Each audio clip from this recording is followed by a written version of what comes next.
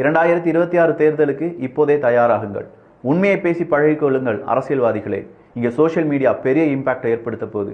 தமிழக வெற்றி கழகத்தினுடைய ஆதரவாளர்கள், விஜயனுடைய ரசிகர்கள், யங்ஸ்டர்ஸ், ஜென்னிசெட் அவங்க நினைச்சாங்கன்னா நீங்க என்னென்ன தப்பு செய்றீங்களோ அதெல்லாமே புள்ளி விவரமா போட்டு உடைக்கிறதுக்கான திறன் அவங்க கிட்ட இருக்கு. அந்த ஸ்பீடு உங்களுடைய எந்த ஐடி விங்காலையும் கட்டுப்படுத்த முடியாத அளவுக்கு இருக்கும் என்பதையும் நீங்கள் உணர்ந்து கொள்ள வேண்டும்.